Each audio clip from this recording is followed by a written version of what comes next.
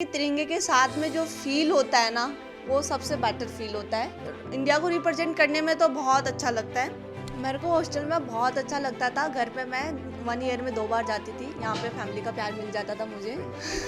वैसे संडे में काफ़ी पिटाई की मेरी, लेकिन मेरे को कभी बुरा ही नहीं लगा। याद है मुझे 1-2 चैप्टर मेरे को आज भी याद है। जब भी सर मोटिवेट करते थे तो मैं कभी हॉस्टल में छुट्टी नहीं करती थी सुनने के लिए। चाहे मैं पढ़ने के लिए नहीं जाती थी स्कूल में, लेकिन सर के स्पीच सुनने के लिए तो मेरे को बहुत अच्छा लगता था।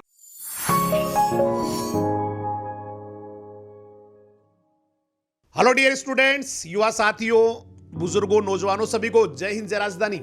मैं डॉक्टर रमेश यादव, राजधानी एजुकेशन ग्रुप पचकोड़िया जॉबनेट जयपुर से। और आज हम जहां बैठे हैं, जिस जगह बैठे हैं, वहां पर है मेरी प्यारी बिटिया। और जहां एक और स्टूडेंट इस उम्र में ये सोचते हैं कि मैं उस कंपटीशन की तैयारी करूं, मैं वहां जाऊं, मैं वो वाला जो है जॉब करूं, या इस तरह से अपना जो है ना कैरियर सेट करूं, वहीं हमारे बीच में जो गुड़िया बैठी है वो अपने आप में एक बहुत बड़े जुनून को पाल के बैठी है। क्योंकि ये वो वाला जुनून इसने पाला है, वो वाला जीवन का मकसद बनाया है, जहां एक आम आदमी तो केवल सोचने मात्र से घबरा जाता है। मतलब उसको दिमाग में उसका सिहर उड़ता है जब नाम लेते हैं जो जुनून इस बेटी ने पाला है, इस बच्ची ने पाला है। तो आज हमारे बीच बहुत ही सुपर और डायनेमिक पर्सनैलिटी, और छोटी सी उम्र में बहुत बड़ा मुकाम हासिल करने वाली, और अभी तो पूरे दुनिया को, पूरी सृष्टि को अपने आप को साबित इसको करना है। लेकिन अभी तक इस उम्र में जो मुकाम, वो भी अपने आप में बहुत बड़ा एक मुकाम है। और ये बिटिया हमारे बीच है, रेखा चौधरी, और ये है राजधानियन। 2 साल राजधानी में पढ़ी है, और उसके बाद दिमाग में किस तरह से क्या बातें आई, क्या रहा, हम इसी बारे में बात करेंगे। तो रेखा चौधरी बिटिया हमारे बीच है, जो एक्चुअली एक माउंटेनियर है। मैंने कहा ना, माउंटेनियर नाम सुनते ही आदमी का दिमाग, आदमी का जो जिस्म है उसमें सिहरन हो जाती है। क्योंकि माउंटेनियर का मतलब कोई छोटा सा पहाड़ चढ़ना नहीं होता है। बहुत ऐसे ऐसे पहाड़ कभी आपने टीवी में देखे होंगे, कभी आपने जो है कहीं और सिनेमा में देखे होंगे। तो बहुत बार आपने उन पहाड़ों को, उनकी बर्फ़ की जो ढके हुए पहाड़ होते हैं, जो सीधे स्टीप होते हैं, बिल्कुल सीधे होते हैं, वहाँ पर चढ़ाई करना अपने आप में एक बड़ा चैलेंज होता है। और फिर ऊपर से एक बिटिया अगर ऐसा डिसीजन लेती है तो वो चैलेंज बहुत बड़ा बन जाता है। क्योंकि भाई मानते हैं कि एक बच्चा जो है वो कहीं भी जा सकता है किसी भी तरह से, लेकिन बहुत सारी इस तरह की जो बातें हैं, दकियानूसी बातें हैं, उनको दरकिनार करके बिटिया ने ये फैसला किया है। और अब तक 2 बहुत बड़ी चोटियों को इन्होंने, 2 बहुत बड़ी पीक्स को इन्होंने विजय किया है, वहाँ पर चढ़ी है, वहाँ पर गई है। तो एक बहुत बड़ा जो है इनका अचीवमेंट है। और जल्दी ही बहुत बड़ी दूसरी जो इनके लक्ष्य है, वहाँ भी ये जाने के लिए तैयार है, वहाँ भी मानसिक रूप से हर प्रकार से तैयार है। और जल्दी ही आपको बहुत बड़ी खबर मिल सकती है, बहुत बड़ी जो है खुशखबरी सबको मिल सकती है। तो इस तरह की बिटिया हमारे बीच है, और बड़ा राजधानी का सौभाग्य है कि 2 साल आप राजधानी में रहे, हॉस्टल्स में रहे, और एक बड़ा एक आदर्श बेटी के रूप में आपने अपने आप को साबित किया है। तो हम इनसे बहुत सारी बातें जानेंगे। और सबसे पहला मेरा क्वेश्चन सिंपल है, जो मैं इनसे जानना चाहूँगा कि परिवार में ऐसे कौन कौन लोग हैं, परिवार में ऐसे कौन है जो माउंटेनियर है या जिन्होंने पहाड़ पे चढ़ाई की। सबसे पहला क्वेश्चन मेरा बिटिया से यही है, रेखा बिटिया से। जय राजधानी सर, सभी दर्शकों जय राजधानी। मेरी फैमिली में माउंटेनिंग में तो कोई नहीं है, लेकिन स्पोर्ट्स में सारे हैं। पापा जी मेरे बीएसएफ के अंदर है, दीदी मेरी दिल्ली पुलिस के अंदर है, भाई मेरा रेलवे के अंदर है, मम्मी मेरी हाउसवाइफ है, गाँव में ही है, मैं गाँव से बिलोंग करती हूँ। कौन सा गांव बेटा? गांव एग्जैक्टली कौन सा है और कौन सी तहसील जिले में आता है? मेरी तहसील तो दूदू है, गांव साली है, जयपुर डिस्ट्रिक्ट है मेरा। तो बिटिया कह रही है भाई माउंटेनियर तो कोई नहीं है, सारे जो फैमिली वाले हैं वो कोई फोर्स में है, कोई पुलिस में है। तो एक अच्छा यूँ कह सकते हैं कि एक माउंटेनियर वाला भले ही चाहे नहीं हो, लेकिन एक सपोर्टिंग बैकग्राउंड है। क्योंकि जब आदमी बाहर निकलता है, पापा जी बीएसएफ में है, बहुत बढ़िया पोस्ट पे है, भैया जो है वो भी बड़ी पोस्ट पे है, दीदी जो है वो सब इंस्पेक्टर है, केवल मम्मी जो है वो हाउस वाइफ है, बाकी सारे के सारे लोग जो है ना बहुत। तो वहाँ से एक जो खुलापन है, एक जो अच्छी मेंटली जो सपोर्ट है वो ज़रूर मिलता है निश्चित रूप से। अब मैं बेटी से जानना चाहूँगा कि पहली बार आपके दिमाग में ये ख्याल कब आया कि नहीं मुझे माउंटेनियर बनना है? जैसा मैंने कहा कि इस उम्र में स्टूडेंट्स जो होते हैं वो कैरियर जो है ना, कैरियर बनाने के बारे में या जॉब के बारे में सोचते हैं, या कोई इस तरह का भाई मुझे थोड़ा सुरक्षित हो जाए मेरा लाइफ, इस तरह की बातें सोचते हैं। तो इसके बारे में आपके दिमाग में कब ख्याल आया कि नहीं मुझे तो माउंटेनियर बनना है, मुझे तो जो है पर्वतों पे चढ़ाई करनी है, एक बहुत बड़ा चैलेंज जो है ना उसको एक्सेप्ट करना है? तो ये ख्याल बेटा आपके दिमाग में सबसे पहले कब आया? ये ख्याल 2018 में सर जब मेरे को अरुणिमा के स्नेह के वीडियो दिखाते थे, तो मेरा मन में ऐसा करता है कि यार मैं भी कुछ अलग करूँगी। उसके बावजूद मैंने दीदी को डिस्कस किया कि दीदी मेरे को माउंटेन के रिगार्डिंग बताओ और मेरे को ना माउंटेनिंग करनी है, मेरे को इस फील्ड में जाना है।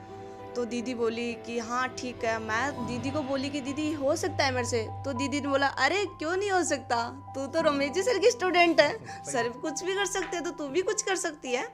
फिर मैंने बोला ठीक है दीदी, आप उनके मतलब माउंटेन के रिगार्डिंग सर्चिंग करो और फिर मेरे को बताओ कि कहाँ पे। फिर दीदी ने सर्चिंग किया तो दार्जिलिंग के अंदर मेरे को सीट नहीं मिली, इंडियन सीट नहीं मिली।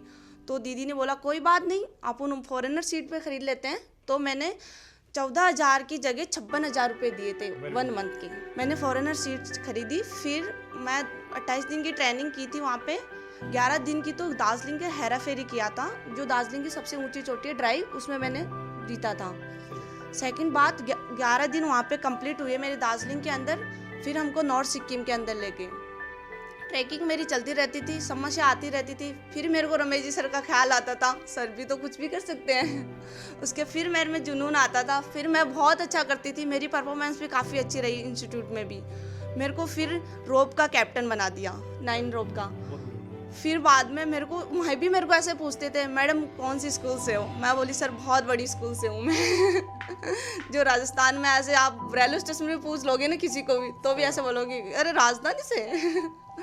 तो सर बोले कि अच्छा मैडम जुनून अच्छा है आप में। तो मैंने बोला सर जुनून तो जीन में तो नहीं होगा, लेकिन मैंने ले लिया सर से। तो सही बात। उसके बावजूद फिर मैंने ट्रेनिंग मेरी कंप्लीट हुई नॉर्थ सिक्किम से। फिर मैं वापस दार्जिलिंग आई। फिर मेरे को सर्टिफिकेट से मतलब नवाजा गया था और मेरे आउटडोर के अंदर गोल्ड मेडलिस्ट टीम है। जबरदस्त। फिर यही सवाल उठता था बार बार, मैडम इतना जुनून कहाँ से लेके आते हो? मैं एनी टाइम सर के वीडियो देखती थी। जब भी मैं फ्री होती थी क्लास से, ट्रेनिंग से, जब भी मैं नाइट में ना, सब लड़कियां सो जाती थी 8 बजे, लेकिन मैं 10 बजे सोती थी सर का वीडियो देख के। और सर को तो ये भी पता नहीं था कि रेखा बेटी कहाँ है। फिर भी मैं सर के वीडियो देखती थी। मैंने शो नहीं किया अभी तक कुछ भी, लेकिन मार्च के अंदर बहुत बड़ी मेरी मतलब उपलब्धि होगी। बड़ी जुनून के साथ में आऊँगी। अभी भी जुनून के साथ में ही हूँ।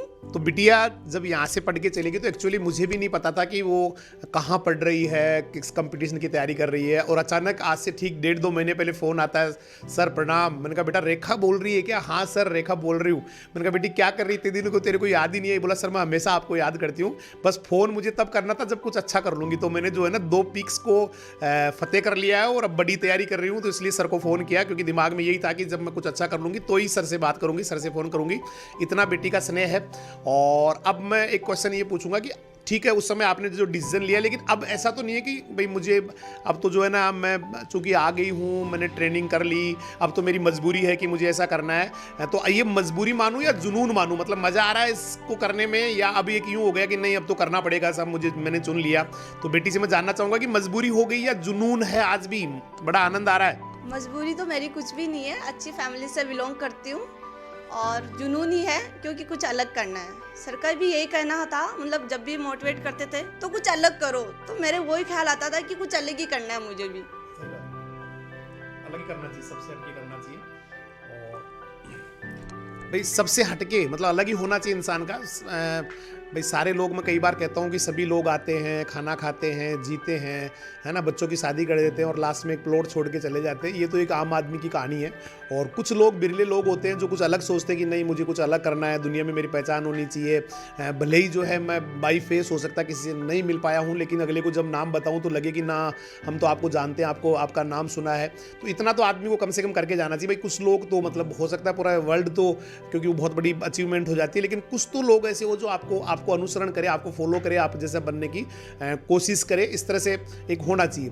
अब मैं बेटी से जानना चाहूँगा कि अभी जो आपने इसकी ट्रेनिंग ली है, प्रॉपर ट्रेनिंग ली है माउंटेनियर्स बनने के लिए, हालांकि आपने कहा कि नहीं मेरा इतना जुनून था कि जब मेरा सिलेक्शन नहीं हुआ तो फॉरेन सीट से मुझे जो है उसमें सिलेक्शन करवाया। तो अभी प्रॉपर एग्जैक्टली कहाँ पर है वो इंस्टीट्यूट जहाँ से आप ट्रेनिंग कर रहे थे, या आपकी ट्रेनिंग जहाँ से हुई है उस इंस्टीट्यूट का क्या नाम है? वो किस तरह से ट्रेनिंग कराते हैं, क्या क्या सिखाते हैं ट्रेनिंग में? एक बार इंस्टीट्यूट के बारे में, जहाँ से आपने ये माउंटेनियर का कोर्स किया है, उसके बारे में एक बार डिटेल सारे दर्शकों को आप बताएं। रेखा बिटिया। मैंने ट्रेनिंग वेस्ट बंगाल दार्जिलिंग से की है। HMI इंस्टीट्यूट है दार्जिलिंग के अंदर, बहुत बड़ा इंस्टीट्यूट है। वहाँ से भी मतलब जो आगे माउंटेनिंग करे हुए हैं वो तेंजिंग नोर्गे, वो वहाँ से किए थे।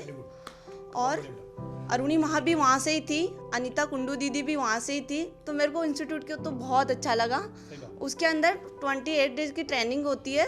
12 दिन तो दार्जिलिंग के अंदर रखते हैं, फिर 20 दिन नॉर्थ सिक्किम में ले जाते हैं। आइस के अंदर क्लाइंबिंग करवाते हैं और रैपलिंग वगैरह करवाते हैं। और नॉर्थ मतलब उसमें कैराबिना का डिसेंडर के मतलब अलग बात की कोई की डेथ हो जाए बेस कैम्प में, उसको डाउन कैसे करना, वो सारी प्रोसेस माउंटेन के रिगार्डिंग सारी प्रोसेस बताते हैं उसमें। सही बात है। और कैसे मतलब क्या सिखाते हैं, कैसे चढ़ते हैं? मतलब डर लगता है देखो एक्चुअली मुझे तो क्या है, ये पहाड़ों से ऊंचाई से बहुत डर लगता है। तो मैं तो सोच ही नहीं सकता भाई कोई आदमी पहाड़ पे चढ़ रहा है, उस वहाँ पर अगर थोड़ा सा भी कुछ भी चूक हो गई तो सीधा आपको पता है कहाँ जाना है। उसके बाद तो है ना, गिरना नीचे लेकिन जाना ऊपर है, सीधी सी बात है। तो वहाँ पर कैसे मतलब क्या क्या सिखाते हैं, कैसे चढ़ते हैं, किस तरह से करते हैं, है ना, वो चीज़ आप बताएं। उसके बाद में हम आगे और बात करेंगे भाई आप जब गए तो वहाँ पर किस तरह से आपने किया।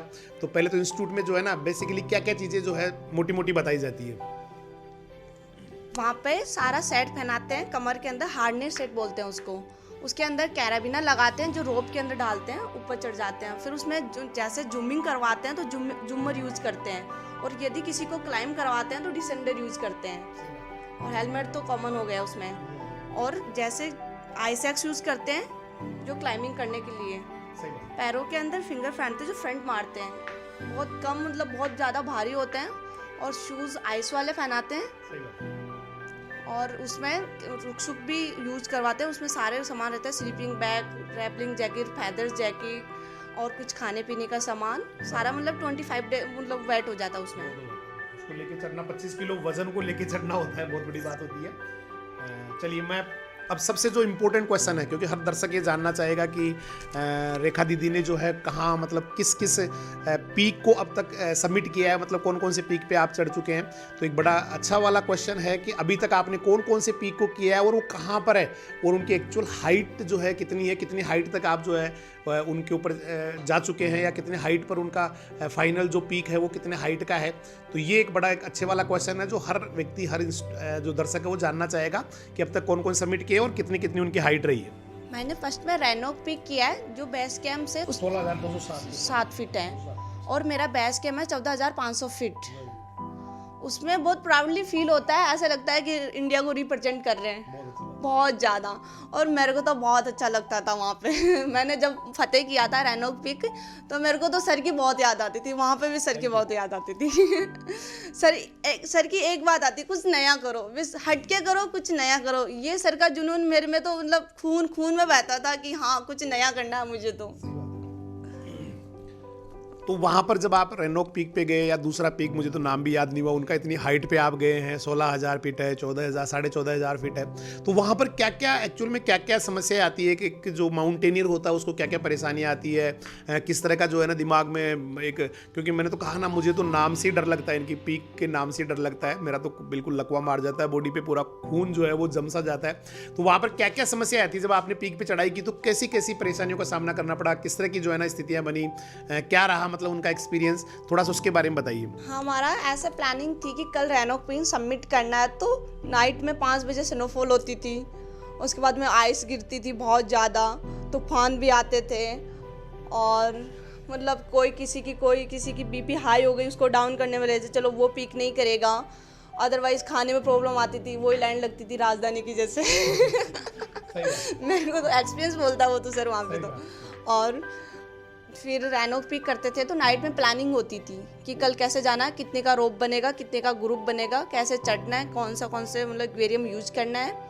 उसके बावजूद सर मतलब अपने अपने रोप को कैसे संभालना है, रीडर मैन कैसे, किसका क्या रोल होगा, आगे कौन होगा, पीछे कौन होगा, बीच में कौन होगा, ये बताते हैं वहाँ पे। और सर मेरे साथ में इंस्ट्रक्टर थे ट्रेनिंग के अंदर, तो ज़्यादा प्रॉब्लम नहीं आई। और फिर अब तो आगे तो सर प्रॉब्लम तो सामना तो करना ही पड़ेगा तो बहुत ही मतलब डरावना सीन होता था जब रस्सी के सहारे आप चढ़ रहे हैं, वो पता नहीं क्या क्या लगा के चढ़ रहे हैं, एक स्टीप बिल्कुल सीधी खड़ी पहाड़ी पे चढ़ रहे हैं, कभी थोड़ा सा कई बार जो है ना थोड़ा ढाल भी मिल जाता था, तो वहाँ तो थोड़ा सा दिक्कतें कम आती होंगी।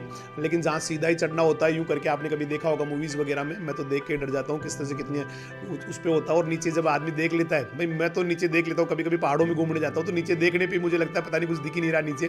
तो ऐसी स्थिति में बेटा आपने बहुत ज़बरदस्त वाला सबमिट किया है वहाँ। अच्छा, मैं थोड़ा सा ये जानना चाहूँगा कि एक जो पर्वतारोही होता है, एक माउंटेनियर होता है, उसका वास्तविक लक्ष्य क्या होता है, मतलब वो क्यों पर्वतारोही बनता है, उसका क्या, जैसे भाई एक आईएएस का एक लक्ष्य होता है कि नहीं मैं देश में जो है ना बहुत अच्छा सुशासन लाऊंगा, बहुत अच्छा एक माहौल करूंगा। एक टीचर का उद्देश्य होता है कि मैं आने वाली पीढ़ी को बेहतरीन बनाऊंगा, आने वाली पीढ़ी जो है वो बहुत अच्छी बने, क्योंकि देश की कर्णधार पीढ़ी होती है। इसी तरह से हर एक कोई ना कोई जो जॉब है या कोई ना कोई जिसने भी कोई प्रोफेशन चुना है उसका कोई ना कोई मकसद होता है। तो एक वास्तविक जो माउंटेनियर होता है, पर्वतारोही होता है, उसका जीवन का वास्तविक लक्ष्य क्या होता है? क्या केवल पहाड़ों पे चढ़ना होता है या और कहीं भी कुछ करना होता है? मैं जानना चाहूंगा बेटी से। एक पर्वतारोहण का काम होता है जैसे नए नए पहाड़ों की सर्चिंग करना और उसमें मतलब उनके बारे में उनके रिगार्डिंग जानना, और सबसे मोस्टली होता है कि इंडिया को रिप्रेजेंट करना। फिर उसके बाद में एक होता है कि मतलब इंडिया को रिप्रेजेंट करे तो अपना संदेश तो जाएगा ही, तो वो भी एक प्राउडली फील करवाता है कि हाँ मैंने ये सब कुछ किया। नए नए पहाड़ों के बारे में जानना, नए नए एक्सपीरियंस लेना, क्या किसमें कौन से पहाड़ कुछ ड्राई होते हैं, कुछ आइस वाले होते हैं, आइस में कैसे मतलब मुश्किलें आती है, ड्राई में कैसे मुश्किलें आती है, कैसे मतलब धूप वूप होती है, और आइस के अंदर कैसे स्नोफॉल होता है। जैसे पीक सबमिट कर रहे हैं तो स्नोफॉल गिर रही है, आइस भी गिर रही है, आइस भी पिघलती है, जब बहुत सारी प्रॉब्लम आती है। तो मतलब एक जो पर्वतारोही होता है, माउंटेनियर होता है, उसके जीवन का मकसद होता है कि वो नई नई जगह खोजे, क्योंकि बहुत सारे ऐसे पहाड़ है जहाँ पे आज भी लोग केवल उनको देखते हैं पहाड़ है, लेकिन उसके ऊपर क्या है, उसके आगे क्या है। तो वो जो जगह होती है वो नई नई चीज़ें होती है, उसको खोजना एक बहुत बड़ा मकसद एक माउंटेनियर का होता है। इसके साथ साथ ही विषम परिस्थितियों में कैसे आदमी जी सकता है, कैसे एक पूरा जो है ना जुनून भी आदमी को सीखने को मिलता है, संघर्ष भी सीखने को मिलता है ना, इस तरह की स्थितियाँ होती है। अब मैं थोड़ा बेटी से जानना चाहूँगा एनसीसी के बारे में। अमूमन हम देखते हैं कि एनसीसी नेशनल कैडेट कोर, तो वहाँ पर केवल बॉयज़ का ज़्यादा वो आधिपत्य रहता है, लेकिन बिटिया जो है वो एनसीसी में भी रही है और बहुत अच्छी कैडेट रही है, क्योंकि बहुत एक यूँ कह सकते हैं स्टूडेंट लाइफ में अगर आदमी को कैसे जो है एक आर्मी का जीवन होता है, किस तरह से एक आर्मी वाले की लाइफ होती है, या कैसे एक ट्रेनिंग होती है आर्मी की, वो एक स्टूडेंट लाइफ में कभी हो तो वो एनसीसी देती है। तो एनसीसी में भी आप रहे हैं, तो एनसीसी के बारे में आपका क्या ख्याल है, या क्या एक्सपीरियंस रहा वहाँ जब आप गए एनसीसी के जो कैंप्स वगैरह में, या जहाँ ट्रेनिंग होती है, या जहाँ आपने ज्वाइन किया, तो कहाँ ज्वाइन किया, क्या एक्सपीरियंस रहा, कैसे लोगों से आपका वास्ता पड़ा, कैसे आपके कोच सर रहे, इनके बारे में मैं बिटिया से जानना चाहूँगा। तो एनसीसी के बारे में थोड़ा खुल के बताइए बिटिया।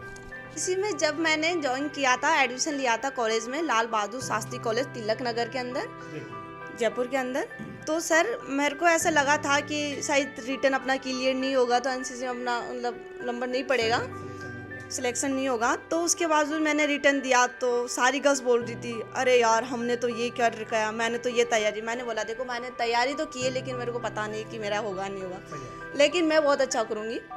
फिर मैंने रिटर्न दे के निकल रही तो फिर लड़कियां बोली हमारे तो ये क्वेश्चन अच्छे थे। मैंने सोचा हमारे तो हुए भी अच्छे नहीं थे तो मैं क्या बोलूँ, मैं तो निकल के घर चली गई। 2-3 दिन बाद में रिजल्ट आता है तो मेरे को उम्मीद नहीं थी कि मेरी अच्छी रैंक आएगी। मैं नीचे से लिस्ट देखना स्टार्ट करी कि नीचे से होगा अपना, तो कुछ नीचे आएगा नहीं आएगा ही नहीं। तो फिर मैं नीचे देखी तो मेरा नाम नहीं था, तो मेरे को ऐसे डर सा लगा कि एनसीसी भी हाथ से निकल गई, अब क्या होगा, घर वालों को क्या बोलेंगे। तो मैंने जिस काम के लिए एडमिशन लिया, एनसीसी के लिए कॉलेज में एडमिशन लिया, हाँ। वहां पर अगर लिस्ट में नाम नहीं मिले, नीचे से देख रहे तो बड़ा एक डर तो लगना ही था। और दीदी का ऊपर से प्रेशर था क्योंकि मैंने अजमेर ली थी एडमिशन, मैंने ट्रांसफर करवा लिया आर्यू कॉलेज के अंदर। तो दीदी बोल रही थी तेरे को अजमेर ठीक है, तू है, तो उनका भी थोड़ा गुस्सा जाहिर था मेरे ऊपर, तो मेरे को डर था। मैं फ़ोन करी कि मतलब यार मेरा कोई नंबर नहीं आया, तुम्हारा आ गया? बोले हाँ हमारा आ गया। मैं बोली यार मेरा, बोले फर्स्ट लिस्ट में थे। मैं बोली मेरी उम्मीद ही नहीं है फर्स्ट लिस्ट में तो आने की। मैं तो मैंने देखा तो मेरी फर्स्ट रैंक थी रिटर्न में। मेरे को अचंभा हुआ कि ये क्या हुआ। फिर बाद के अंदर मेरे को सारे बोले कि यार तू तो बोल रही थी तेरे तो अच्छे ही नहीं हुए क्वेश्चन। मैंने बोला अच्छे तो नहीं हुए, लेकिन पता नहीं मेरे को कैसा है। जब भी मेरे को ऐसे डाउट हो रहा है कि मेरी फर्स्ट रैंक कैसे आ रही है। उसके बावजूद मेरी 2-3 दिन बाद में रनिंग थी महाराजा कॉलेज के अंदर, फर्स्ट आज यूनिट के अंदर बटालियन एनसीसी में। वहाँ पे सारी गर्ल्स बोल रही हम तो इतनी प्रैक्टिस करते थे, वो करते थे। मैंने बोला यार मैंने कभी है ना पढ़ती फिर दौड़ा नहीं है, पहाड़ों में ज़रूर दौड़ी हूँ, तो पता नहीं रैंक तो कौन सी आएगी। हम सारी गर्ल्स थे, हमको टाइमिंग दिया था 5-6 मिनट कुछ सेकंड का।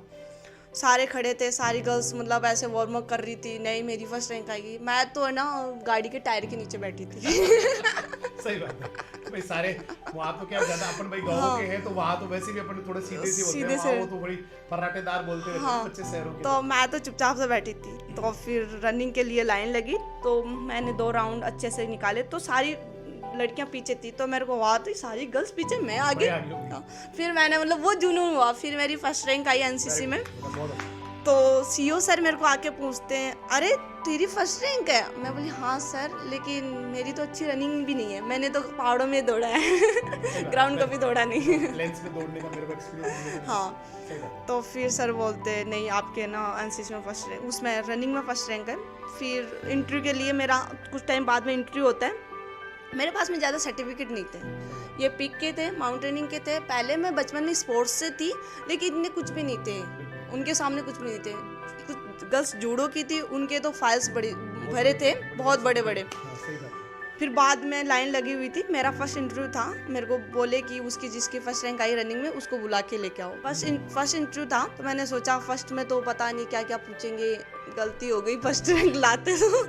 फिर सारी गर्ल्स बोलते हैं हमारे पास में ऐसे, हमारा तो सिलेक्शन ऐसे हो जाएगा। मैं बोली हमारे पास में तो कुछ सर्टिफिकेट नहीं है सर, लेंगे तो ठीक है, नहीं लेंगे तो हम वापस आ जाएंगे। फिर मैंने इंटरव्यू दिया, तो सीओ सर मेरे को बहुत कुछ पूछ रहे थे, माउंटेनिंग के रिकॉर्डिंग वगैरह कुछ भी, और सारे सर्टिफिकेट देखे मेरे। तो बोले अरे तू तो माउंटेनर है। मैं बोली हाँ सर, छोटी सी माउंटेनर हूँ मैं। फिर बाद में दीपिका मैम भी आ गई थी, जो राजस्थान में फर्स्ट लेडी है अपने एवरेस्टर, दीपिका राठौर, जो सूबेदार मेजर है अभी वो।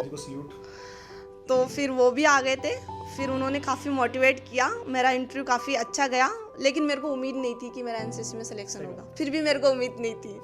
कुछ टाइम बाद में मेरी वही फर्स्ट रैंक आती है कॉलेज के अंदर, कि इंटरव्यू में फर्स्ट, ऑलराउंडर में फर्स्ट रैंक थी, और सारी गर्ल्स की नीचे थी। मेरे को तब भी खुशी नहीं हो रही थी कुछ भी। फिर बाद के अंदर कुछ टाइम बाद में एनसीसी परेड चलती थी, मैं बहुत बंक मारती थी एनसीसी के अंदर। क्योंकि मेरी हॉस्टल की आदत बहुत गंदी हुई थी, मैं बंक मारने में 1 नंबर थी। थोड़ा नटखटपन तो होना भी चाहिए ना। हाँ, जैसे मतलब एनसीसी में कुछ खाने के लिए मिलता था तो सबसे आगे लगती थी। सही बात। खा के दोबारा ले लेती थी। राजधानी की ट्रेनिंग है, लंबी लाइन लगना, फिर उसमें कहीं ना कहीं थोड़ी सी हल्की सी आगे पीछे हो जाना। थोड़ी ज़्यादा भूख लग रही थी, वापस लाइन में लग जाती थी। फिर बाद के अंदर सिलेक्शन हो गया, फिर मैं एनसीसी ज्वाइन कर ली। फिर मेरे को किसी ने सर्चिंग के थ्रू पता चला कि एनसीसी में मतलब 4 साल से सीटें निकलती है एवरेज के लिए। तो मैंने बोला कि ये तो अच्छा मौका है मेरे पास में, सही टाइम पर मैंने एनसीसी ज्वाइन की। उसके बाद में सितंबर में ये आती है 2019 के अंदर, सितंबर के अंदर आती है वैकेंसी, उसमें मैंने फॉर्म अप्लाई कर दिया। फिर फेब के अंदर मेरा माउंटेनिंग का फिजिकल होता है, एवरेज के लिए फिजिकल इंटरव्यू होता है।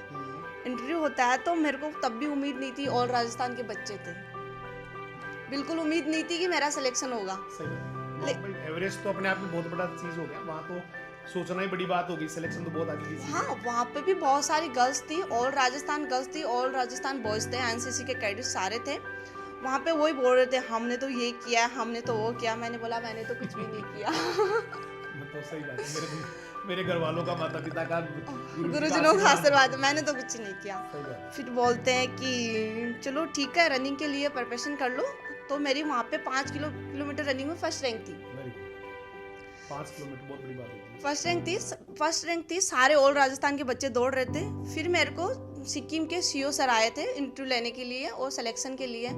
तो मुझे उन्होंने एक ही चीज़ पूछा, सारे बच्चे बोल रहे थे हम एवरेस्ट ये ऐसे करना चाहते हैं, मेरी मम्मी का सपना है, वो सपना है, हमारा मतलब जुनून है। मैंने बोला कि मैं तो तहसील रोड मॉडल बनना चाहती हूँ। फिर मेरे को सीओ सर ने पूछा कि 12th कहाँ से की, तो मैंने बोला सर राजधानी स्कूल से की मैंने, राजधानी स्कूल फाउंडा पचकोड़िया से। बोले वहाँ से क्या सीखने को मिला, इंटरव्यू में मेरे को ये भी क्वेश्चन पूछा। मैंने बोला वहाँ से तो बहुत कुछ सीखने को मिला, वहाँ की सोच ही नहीं सकती, वहाँ से मतलब इतना सीखने को मिला कि आज मैं यहाँ पहुँच गई। उसके बाद में मेरा सिलेक्शन हुआ। कुछ टाइम बाद में मेरा लेटर आता है, लेकिन कोरोना की वजह से पोस्टपोन चलता हो रहा है। अभी मार्च के अंदर शो हो रहा है, मार्च के अंदर मेरी ट्रेनिंग होगी और जून के अंदर मैं एवरेस्ट फतेह करूँगी। तो बेटी का अब आपने शायद सुना होगा एवरेस्ट जो जाने वाले जो माउंटेनियर्स होते हैं उनमें सिलेक्शन हुआ है, और वो भी राजस्थान के सिलेक्टेड जो स्टूडेंट्स हैं उन्हीं का होता है। तो यहाँ आप जो है एनसीसी में फर्स्ट, हर जहाँ रनिंग हो रही है, टेस्ट लग रहा है, हर जगह आपने अपने आप को सुपर परफॉर्म किया, मतलब आपका जो रैंक है वो फर्स्ट ही रहा है। तो एवरेस्ट, अब देखिए जब एवरेस्ट का नाम आता है तो अच्छे अच्छे माउंटेनियर्स होते हैं, वो उनका जो है ना ब्लड जो है वो बिल्कुल क्लॉट हो जाता है, जम जाता है, शरीर पे लकवा मार जाता है। और यहाँ पर तैयारी चल रही है एवरेस्ट फतेह की इतनी सी छोटी सी उम्र में। तो हम पूरे दर्शक जो है, पूरे दर्शकों की तरफ से, सारे स्टूडेंट्स की तरफ से, पूरे राजधानी ग्रुप की तरफ से बिटिया को हम बहुत सारी शुभकामनाएं देंगे। चलिए हाँ, तो मैं थोड़ा सा बताऊं आपको। सबसे पहले तो हम ये जाएंगे, जब आप किसी पीक पे जा रहे हैं, मतलब आप रेनोक पीक पे या दूसरे पीक पे गए, तो जब चढ़ जाते हैं ना उसके ऊपर, तो वहाँ पर कैसा लगता है? वहाँ पर मतलब कौन याद आते हैं? घर वाले याद आते हैं, हिंदुस्तान याद आता है, या और कोई है ना, चिल्लाने का मन करता है? मतलब कैसी भावनाएं वहाँ पर, कैसी फीलिंग्स आती है जब आप किसी चीज़ को कोई लक्ष्य बना लेते हो, फिर उसके बाद में उसको जब आप फतेह कर लेते हो, और वो भी स्पेशली जब माउंटेन की बात हो, पीक्स की बात हो, है ना, तो वो वहाँ वाला थोड़ा सा एक्सपीरियंस जरूर बताइए कि वहाँ कैसा महसूस होता है जब आप एक पीक पे चढ़ चुके होते हैं, जिसको आप सपना देख रहे हैं कि नहीं मैं चढ़ूंगा, या 2 दिन बाद में, 10 दिन बाद में मैं वहाँ पर चली जाऊंगी, और उसके बाद जब चला जाता है आदमी या पहुँच जाता है तो उसकी फीलिंग्स क्या होती है, ये जरूर हम जानना चाहेंगे।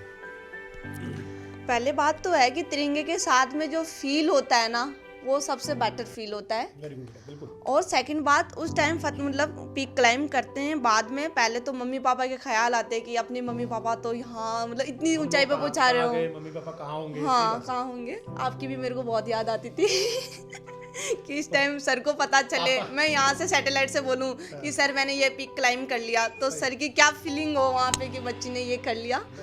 सेकंड बात, इंडिया को रिप्रेजेंट करने में तो बहुत अच्छा लगता है। उससे थर्ड बात ये होती है कि मतलब सारे मतलब बिना इंजर्ड के मतलब क्लाइंब करते हैं तो बहुत ज़्यादा बेटर फील होता है कि हाँ मेरे कुछ चोट वगैरह भी कुछ नहीं आई, फिर भी सैप भी आ गई और पूछ भी गई, और मैंने मतलब क्लाइंब भी कर लिया। और रही बात, चिल्लाने का मन नहीं करता क्या चढ़ने के बाद में? जोर से चिल्लाऊं बहुत ज्यादा, लेकिन दुनिया को बताऊं कि देखो मैं आज कहां आ गई। लेकिन थोड़ा वो कोऑपरेट करना पड़ता है कि ऑक्सीजन कम होती है तो बीपी हाई वाई हो जाती है, जल्दी आना होता है। तो चिल्लाने का तो बहुत मन करता है, चिल्लाई भी थी और बहुत अच्छा लगा, मजा आ गया, बहुत मजा आया। मैं उस मजे की तो कल्पना कर सकता हूँ, चढ़ाई भले ही नहीं हो लेकिन उसका तो कितना अच्छा लगता है जब आदमी जिस चीज़ के बारे में सोचता रहता है, कई दिनों से सोच रहा है, 5 महीने से, 6 महीने से, साल भर से, फिर वहाँ उस पीक पे चला जाए, तो फीलिंग्स तो मैं समझ सकता हूँ कितनी ज़बरदस्त वाली होती है। अब बेटी से मैं जानना चाहूँगा कि ये जो जुनून है, इस जुनून को जागृत करने में, तो जैसे आपने कहा कि परिवार का भी रहा, सर का भी रहा, है ना, अब इसको जो पालने में, मतलब अभी जो है ना, कौन कौन आपको सपोर्ट कर रहे हैं कि नहीं, दीदी या भैया, पापा, मम्मी, जो भी है, कि कौन कौन सपोर्ट कर रहे हैं कि नहीं आपको बेटा करना ही है, सीखना ही है, और बाकी तो हम लोग बैठे हैं, कमाई रहे हैं, अच्छा कर रहे हैं, सारे परिवार में सभी नौकरी लगे हुए हैं, तो आपको तो इसको जुनून को पालना है, तो कौन कौन आपको इसमें ज़्यादा सपोर्ट कर रहा है? और कहाँ कभी कभी आपको लगता है मम्मी कहती होंगी नहीं बेटा मत जा, पता नहीं क्या होगा वहाँ, या इस तरह की कोई बातें कभी होती है क्या? तो कौन कौन लोग हैं जो आपको इस जुनून को पालने में मदद कर रहे हैं, और कौन है जहाँ से लग रहा है कि नहीं, वो थोड़ा सा उनको लग रहा है कि नहीं बेटी को ऐसा नहीं करना चाहिए? थोड़ा सा बेटा इसके बारे में बताएं।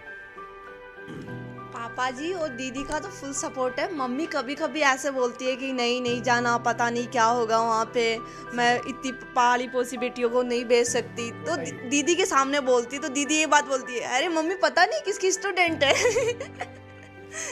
तो बोले हाँ वो सर ने भी ऐसे मतलब ऐसे मोटिवेट करके ऐसे भरा होगा कि एवरेज चढ़ना तू मैं बोली हाँ मम्मी, सर भी तो बहुत अच्छे मतलब मेहनत करते हैं, मतलब उन्होंने भी तो बहुत कुछ अच्छा किया है, राजधानी का नाम बहुत ऑल इंडिया में जानते हैं मोस्टली।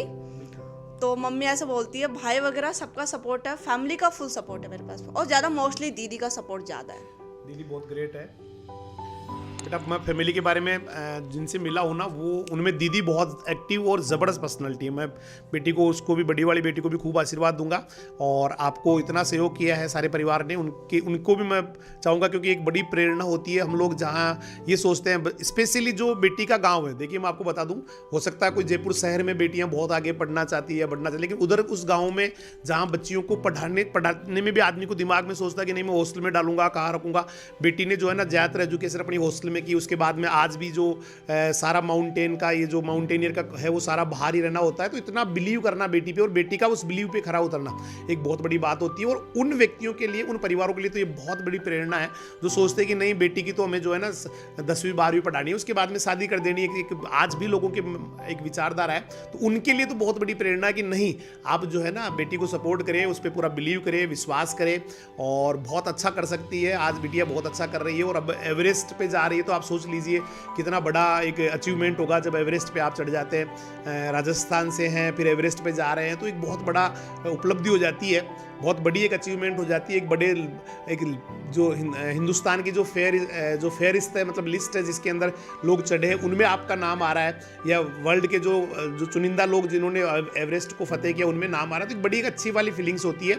और तो मैं ज़रूर उन बेटियों को, उन परिवारों को इस मैसेज के द्वारा ही बताना चाहूँगा कि नहीं बेटियाँ बहुत ज़्यादा सक्षम होती है, कुछ भी कर सकती है, बशर्ते कि आपको उनके ऊपर बिलीव हो और अच्छे संस्कार हो, अच्छी चीज़ें जो है ना आपने अपनी बेटी को सिखाई, तो बिल्कुल आप बिलीव करके उनको बहुत आगे बढ़ने का मौका दें, क्योंकि वो इंसान है, कोई गाय भैंस भेड़ बकरी नहीं है, कहीं भी बांध दिया, कहीं भी है ना कर दिया, जो भी अपनी मर्जी उनके ऊपर थोप रहे हैं। भाई आप अच्छे संस्कार दे रहे हैं, पूरा बिलीव आपको ऊपर है, आपको अपनी बेटी के ऊपर है, तो निश्चित रूप से आप मान के चलिए कि एक दिन वो बहुत अच्छा करने वाली है, बहुत ज़बरदस्त करने वाली है। तो उन बेटियों के लिए एक बहुत बड़ी प्रेरणा है पूरा परिवार और बिटिया रेखा। और अब मैं जानना चाहूँगा, ये बार बार करिए, मैं हॉस्टल के बारे में बोलना चाहूँगी कि हॉस्टल के बारे में मैं खुद ही बोलना, तो मैं चाहूँगा बेटी आप 2 साल राजधानी एजुकेशनल ग्रुप पचकोडिया, राजधानी फाउंडा पचकोडिया के हॉस्टल में रही है, गर्ल्स हॉस्टल में रही है और 2 साल तक यहाँ पढ़ी है, 11th और 12th यहाँ से किया है। तो हॉस्टल के बारे में आपके क्या विचार है, इंस्टीट्यूट के बारे में क्या विचार है, इंस्टीट्यूट के जो टीचर्स हैं उनके बारे में क्या विचार है, या हॉस्टल के जो वार्डन है, मतलब पूरा परिवार ही नीचे रहता है, बच्चियों का ऊपर हॉस्टल है, नीचे पूरी फैमिली रहती है, तो उनके बारे में बिटिया का क्या ख्याल है, ये मैं ज़रूर जानना चाहूँगा। मेरे को हॉस्टल में बहुत अच्छा लगता था। घर पे मैं 1 ईयर में 2 बार जाती थी, यहाँ पे फैमिली का प्यार मिल जाता था मुझे। तो मतलब मेरे को बुलाते थे घर वाले, लेकिन मैं जाती नहीं थी, क्योंकि मेरे को यहाँ पे अच्छी खासी फैमिली मिल रखी थी, बहुत अच्छी मिल रखी थी। और वैसे सर ने भी काफ़ी पिटाई की मेरी, लेकिन मेरे को कभी बुरा ही नहीं लगा। याद है मुझे, 1-2 चाटे तो मेरे को आज भी याद है। लेकिन मेरे को कभी बुरा ही नहीं लगा, कभी मेरे को ऐसे ही नहीं बोला। चाटे नहीं थे, वो मेरा बेटिया के प्रति लाड था, प्यार था, बहुत ही मतलब नटखट है ये। तो कभी कभी जैसे कोई नहीं पढ़ी या कुछ ऐसे, तो मैं कभी कभी जो है ना इसको डांट दिया करता था। एक आधा चाटा भी मुझे याद है आज भी, है ना, लेकिन मुझे अच्छा लग रहा है, मेरी बिटिया जो है ना बहुत आगे निकल गई। हाँ, सर के चाटे भी खाए मैंने, सर की डांट भी खाई, एनी टाइम डांट खाती रहती थी मैं सर की, और चाटे भी मैंने बहुत खाए। नहीं, बहुत खाए। एक है थोड़ी याद है मेरे को, किसी को पूछ लो। वो लाड प्यार था, वो जरूरी होता है, वो संस्कारों में आता है ना, उससे बच्चा बहुत अच्छा होता है, बहुत अच्छा सीखता है ना, ऐसे। चलो फिर मेरे को सर के, जब भी सर मोटिवेट करते थे तो मैं कभी हॉस्टल में छुट्टी नहीं करती थी सुनने के लिए, चाहे मैं पढ़ने के लिए नहीं जाती थी स्कूल में, लेकिन सर के स्पीच सुनने के लिए तो मेरे को बहुत अच्छा लगता था। कभी भी मैं सर के मतलब कुछ भी मिस नहीं करती थी, सर कुछ भी बोलते थे मैं आराम से सुनती थी, सर पढ़ाई के भी बोलते तब भी सुनना पड़ता था मुझे। सही बात। और सर के मतलब सारी टोटल फैमिली बहुत अच्छी है, माँ भी अच्छी है, दादाजी भी अच्छे हैं, दादाजी के डायलॉग भी मैंने बहुत सुने हैं। कभी कभी तो आंसू आ जाते थे मेरे सुनते सुनते, लेकिन सर बोलते थे कोई ना, दादाजी तो अपने। सर की फैमिली बहुत अच्छी है, माँ भी बहुत अच्छी है, ग्रेट, माँ तो माँ होती है। और स्कूल में प्रिंसिपल सर भी सारे स्टाफ अच्छे लगते हैं मेरे को, सारे सपोर्टेड थे, सर भी सपोर्टेड है। कुछ भी प्रॉब्लम आती थी सर को बोलो सॉल्यूशन, अपन प्रॉब्लम लेके जाओ सॉल्यूशन सर के पास में, दवाई थी मतलब एक मेडिसिन मान सकते हैं अपन सॉल्यूशन की। तो और रमेश जी सर का तो बहुत सपोर्ट रहा, एनी टाइम मोटिवेट करते थे, तो मेरे को अलग सा ऐसा सोचती थी यार जुनून है, सर तो भी तो इतने अच्छे कर रखे हैं ना सब कुछ। सर भी अपनी कहानी बताते थे, जब मैं भी ऐसा सोचती थी कि अपनी भी कहानी सेम है, लेकिन सर ने भी इतना अच्छा किया तो मैं क्यों नहीं कर सकती इतना अच्छा। तो कैसा बढ़िया, अच्छा बहुत अच्छा लगा हॉस्टल में तो। और मैं पहले ओल्ड हॉस्टल में रहती थी, तो किचन के अंदर दही भी खाने आ जाती थी कभी कभी। मैं ये सोचा था मैंने किचन में क्यों नहीं आ रही, इतनी देर की बातें कर रही, किचन वाली बातें क्यों। लेकिन ये क्या किचन का मतलब मेस वाले किचन नहीं, जो घर का किचन होता है ना। बेटियां यहाँ क्या कि परिवार की तरह रहती है, तो जब भी उनको लगता है भूख लग रही तो किचन में जाके कुछ भी खा लिया, जो मिला वो ही खा लिया, फ्रिज में कुछ मिला वो उठा के खा लिया। तो मैं यही सोचा देर से किचन में क्यों नहीं जाती। और मॉर्निंग के अंदर माँ बिलोना करते रहती थी, तो मेरे को मक्खन खाने का बहुत शौक था, तो मैं माँ को इशारा कर देती थी ऊपर से कि हाँ कि मैं कटोरी लेके आ। नहीं तो सारा मक्खन खत्म हो जाएगा। कि मैं कटोरी लेके आ रही हूँ, माँ मेरे को थोड़ा सा डाल देना, तो माँ बोलती थी आजा ठीक है डाल माँ देती, कभी इशारा कर देती माँ थी। कभी मना हाँ, नहीं माँ तो कुछ भी मना नहीं, आंटी वगैरह भी कुछ भी नहीं बोलते थे, कुछ भी खा लो। कभी चूल्हे की रोटी खाने की इच्छा होती थी तो आंटी जी को इशारा करती थी रोटी दे दो रोटी खा, तो आंटी जी बोलते नहीं आ जाओ आप नीचे ही खा लो। और सर के साथ में भी काफ़ी टाइम से मतलब ऐसे खाना वाना खाया है, सर भी हमारे साथ में साथ खाते थे साथ कई बार, में, हाँ, हाँ। बैठ के। लेकिन आप सर मेरी थाली में नहीं बैठते थे मैं हमेशा बैठता था, झूठ बोल रही है। हमेशा नहीं। बच्चों के साथ खाना खाता हूँ तो किसी के साथ भी सारे बैठ के ऐसे खा लेते थे। नहीं, मेरे साथ में कभी नहीं बैठे। अच्छा, हाँ। अब कोई संजोग ही ऐसा रह गया। लेकिन सर बैठते थे तो नहीं, मैं मैं देख के नहीं बैठता हूँ भाई कौन बैठी हाँ, है। बस लेकिन मैं आ जाती थी। आंखें बंद करके भाई किसी भी जो भी खा रही है उसके साथ बेटा किसी साइड में जाके बैठ के और खा लेता था साथ में, ऐसे होता था। लेकिन मैं सर थोड़ी दूर बैठती थी, मैंने सोचा डर कुछ लगता था पहले ना। हाँ बहुत डर लगता था, लेकिन अच्छे भी लगते थे मुझे आप। सही बात, सही बात। अच्छा था, डर तो ऐसा लगता है कि कहीं चाटे वाटे नहीं मारते। अच्छे ऐसे लगते थे कि आप बहुत सपोर्टेड हो, बहुत सपोर्ट करते थे सही हो, बात। इसलिए अच्छे लगते थे। और आंटी जी वगैरह ने तो कुछ मारपीट तो नहीं की, ऐसे चाटे वाटे तो नहीं मारे। आंटी जी तो लाडी करते हैं हमेशा। हाँ, माँ और आंटी जी तो लाड लाडी करते थे, वो तो पुचकारते थे हमको, सही बात, सही बात। चाटे तो आप ही मारते थे। तो ये है बिटिया रेखा, आज भी वैसी नटखट है। कल कहा मन का गुड़िया है तो बिल्कुल छोटी सी अभी भी, और बहुत ही प्यारी बेटी है, बहुत अच्छा इसका अचीवमेंट है। बड़ा अच्छा लगा मुझे आज जो है इस बात करते हुए। और अब मुझे लग रहा है लास्ट में मुझे एक ही चीज़ इनसे जाननी है कि जो युवा पीढ़ी है जो पता नहीं कैसे दक्यानुसी विचारों के साथ जी रही है कि पता नहीं क्या होगा मेरे साथ, मैं क्या करूँगा, कहाँ जाऊँगी, कैसे करूँगी, तो उस युवा पीढ़ी के लिए बेटी का क्या संदेश है, मैं जानना चाहूँगा बिटिया से। युवा पीढ़ी के ये संदेश है कि कुछ भी कर सकते हैं, कुछ चीज़ कठिन नहीं होती, कुछ चीज़ हार्ड नहीं होती, जो मन में ठान लिया वो हो सकता है। सही बात है। चाहे कितना ही कमज़ोर हो, मेरी भी मतलब पढ़ाई इतनी अच्छी नहीं रही, मैं भी वीक ही थी, मेरी भी इतनी खास परसेंटेज नहीं थी, लेकिन मेरे दिमाग में ये था। कितनी थी 10th की 12th की बता भी दे। 10th में कितनी पढ़ा के आई थी और 12th में कितनी पढ़ाई? मेरी 10th में थी 50%, 12th में थी मेरी 70%। राजदीन में आके बहुत कुछ सीखने को मिला मुझे। सही बात। और युवा पीढ़ी के लिए कुछ भी नया करो, दुनिया कुछ भी बोले, लेकिन अपना क्या है परफॉर्मेंस वो साबित करो कि मैं ये कर सकती हूँ। मैंने भी यही किया था जब मैं मतलब इसके लिए अप्लाई की थी माउंटेनिंग के लिए, तो मेरे को भी ऐसे मतलब मम्मी को बोले कहाँ भेज रही है लड़की को, वहाँ चल जाएगी क्या, वहाँ तो बंगाली रहते हैं, बंगाल में तो चाइनीज़ रहते हैं, पता नहीं कुछ भी हो सकता है, तो कैसे भेज सकती है। तो मम्मी ऐसे बोलती थी, मम्मी भी थोड़ी नर्वस हो जाती थी, लेकिन फिर ये की बात होती थी, अरे मम्मी मैं किसकी स्टूडेंट हूँ पता है तो एनी टाइम आप भी थे वहाँ पे, याद लेते थे फैमिली के अंदर, तो ये बात चलती थी। घर वालों के भी दिमाग में बैठा हुआ था मैं, मम्मी पापा सबके जब भी ये लगता कि नहीं ये कमजोर है तो सीधा ही बोल देते थे भाई किसकी स्टूडेंट है, भूल गई, सर का नाम भूल गई, बस उसके बाद तो फिर जुनून आ जाता था। हाँ, बार मेरे को बताती है। ऐसा ही मेरा मतलब जैसे मतलब एवरेस्ट में सिलेक्शन हुआ तो मैं जाके उसके बबूल के नीचे रोने लग गई और दीदी को फ़ोन बोली, मेरे को पता नहीं क्या क्या पूछेंगे, तो दीदी वहाँ पे भी ऐसे बोली कि पता है तू किसकी स्टूडेंट है।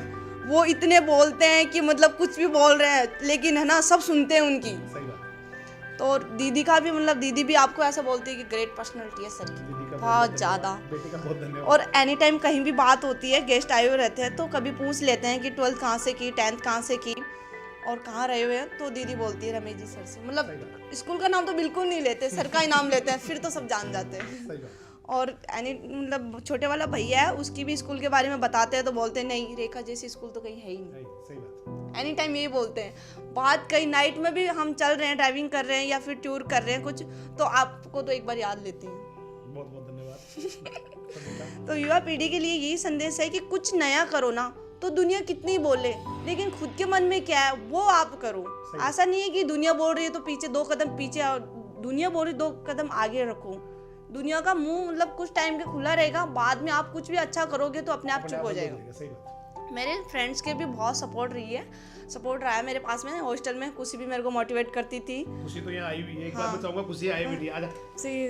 अच्छी फ्रेंड थी हॉस्टल के अंदर, हमेशा हम एक दूसरे को कॉम्प्रोमाइज़ करते थे। किसी को भी अगर नर्वसनेस होती थी स्टडी को लेकर तो एक दूसरे को सपोर्ट करते थे बहुत। और सर को याद करते थे कि सर भी तो बोलते हैं ना अपन मोटिवेशन में कि कभी भी अपने आप को ऐसे कमज़ोर नहीं समझना चाहिए। सही बात। तो ये कुछ भी कर सकते हैं। हाँ, तो ये बिटिया है, दोनों बहुत अच्छी सहेलियां हैं और दोनों ने कल पहले खुशी आ गई, इनका देखो प्लानिंग क्या है। पहले खुशी आ गई, इसने बिल्कुल नहीं बताया भाई रेखा आ रही है। 1-2 घंटे हम आराम से बातें कर रहे हैं, बैठे हैं बाहर धूप में बैठे हैं, फिर बाद में छाया में बैठ गए, बातें कर रहे हैं पूरी पुरानी। लेकिन एक बार भी इसने नहीं कहा। फिर अचानक ही जैसे मेरी क्लास चल रही है, अचानक दोनों जनी आके खड़ी हो गई सामने, है ना। बिल्कुल आपने देखा हो कल वाली क्लास में, शाम को जो दोपहर वाली क्लास थी उसमें लास्ट में दोनों बेटियां एक साथ ही आके, मुझे लगा ऐसे कैसे क्या प्लानिंग थी, बोला सरप्राइज देने में थे सर आपको।